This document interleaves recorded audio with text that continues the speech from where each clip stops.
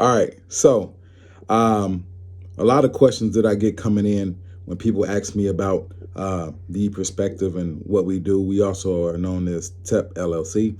Um, and the reason I like to answer questions is so people can get a found understanding of how we do business, how we help businesses grow. It can be a little complicated when you're talking to people because you have an intellectual property, and when you have intellectual property, those things are not tangible items. And when you don't have tangible items, that's something people can't necessarily take a weight off back. However, you have to wait over time sometimes to get those services rendered. All right. So one of the questions that was asked to me was, what does TEP do? To answer that question, TEP uses a 4SOD system, and it's unique for our clients to help navigate change, help navigate the change process from start to finish. And this 4SOD process goes as such. Our first step is foundational analyzation. Our goal is to understand the sole purpose of a company's existence.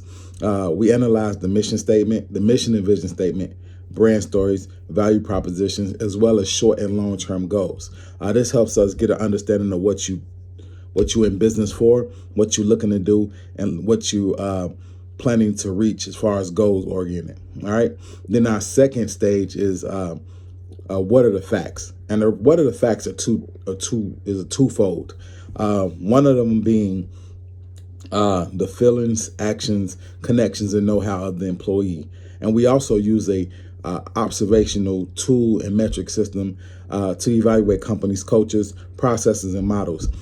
In this observational tool, we provide strategic solutions and implementations when needed. The goal is to achieve high morality as well as team cohesiveness and create a result-driven environment. Now, the second part of the twofold is just the facts. Oftentimes we get a lot of people come to us and they tell us what they're looking to do. But once we start to dig deeper, we can uncover exactly what the problem is. And that's the facts, the general facts of what the problem is and how we can derive a solution for these problems. Okay. The third is accountability check. We use a 3P process strategy, which is people, process, and practice, a strategy that allows us to conduct interview-based analysis as well as KPIs. Our consultants are trained to pinpoint communication and execution gaps, which we use corrective approaches to increase performance. Step number 4 is our point of release. Our point of release method focuses on analyzing, acknowledging, and proposing a release of unnecessary practices that hinders a company from achieving growth. Once the blueprint is set, we check in periodically to consult with our clients to make any suggestions or changes that is needed. At this point, once we put everything in, it's really not hard of a process. Sometimes you got to have that accountability check to understand. That's why step 3 is so important, because if you don't change to the new practices, it's kind of hard to get those changes out there. So it's important for us to really drive home those accountability checks so that the point of release can be successful, because we hold on to old habits and it's easier to go to the old way of doing things than initiating a new thing. So it's important for us to really drive home points 3 and 4, and that is our 4SOD system. Now, the next question that is asked to us is, why is brand stories so important? The reason that brand stories are so important because it allows customers to build genuine connection with their customer base, or allow businesses to build genuine connections with their customer base, while providing the why to help communicate the reason for solving the world's problems, one of the world's problems at least. And that helps people understand your different approaches. So when you get those brand stories, people tend to connect to those because it comes across authentic, it comes across as sincere, versus trying to sell something to somebody. They're going to connect with you just based on what you was able to provide or listening to your story, because it could be similar to someone else's. Another question that is asked to us is, what does TEP focus on? Why does TEP focus on small businesses and startups versus Fortune 500 companies? Now, this one is simple. We focus on the small business community because it's considered the backbone of America and the middle class. Research shown that there are 37.1 million small businesses registered in America today. If we can help at least 25% of those people, then we have created a lot of jobs for the citizens. In addition, it is estimated that within the next 30 years, AI is going to eliminate a lot of minimum wage jobs, which is going to have the poor and working poor having to fend for themselves and create something. And if a lot of them don't have schooling, or a lot of them don't have innovative things that they can create, or jobs that they can create, then they can find themselves in a bad situation. And me, being a consultant or a person who helps for people grow their businesses, I can't allow that. One of my college professors had told me that once you receive your degree, then it's your responsibility to educate and kind of help push forward the next generation. And that's what I plan to do. So this is why my passion is what it is, and focusing on that, because you can create a lot of jobs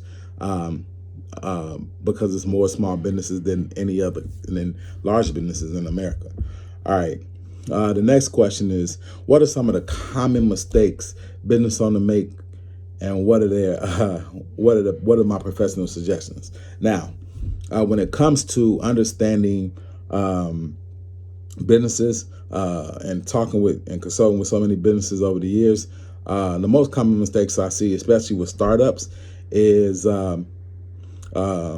business owners not creating a budget for themselves. That's the number one thing. They just get in there and they start operating, and they don't have no clear budget in mind. When we understand that everything has a budget. If you go shopping, you have a budget. If you're shopping for a car, you have a budget. If you're going to buy clothes, shoes, home, any other facet of life, you have a budget. So why not use that for your business? Not filing taxes, not incorporating your business, and commingling funds are some of the most common things I see within small businesses. These foundational tools is there to help you keep track of your funds, to help you grow and practice business properly. Not having a budget is one of the keys to failure, because you don't have a minimum. You don't know what is the minimum or maximum price that you're willing to pay as far as business related things. You don't know if you made a profit or not, because you haven't set a budget for yourself. All right. So it's important that you get these things. The ultimate goal of a business owner is to increase their bottom line. And if you don't have a budget, then you're eating into that bottom, and then you eat into that agenda tremendously. So it's important that you have a budget. Not incorporating your business means that you can be missing out on tax advantages, funding. So it's important that you start to incorporate, because now people could take your business serious. So that means you have to make sure that you get in a bank account, make sure that you are not commingling.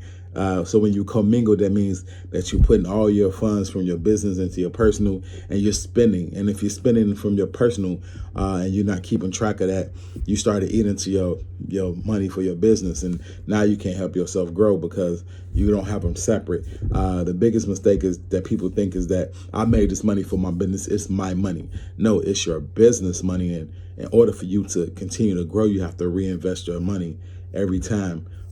Take a small percentage. If you don't know what that percentage is, I would say roughly 25% should go to you. 75% should go back into the business.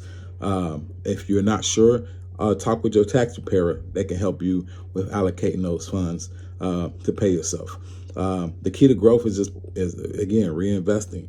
So if you looking to get strategies on this, please give me a call or reach out to me at the ePerspective website, which is www.theeperspectiveconsulting.com. That's www.theeperspectiveconsulting.com, and I'll be more than gracious to consult with you, have a meeting, see what we can do, see what opportunities lie there. Until next time.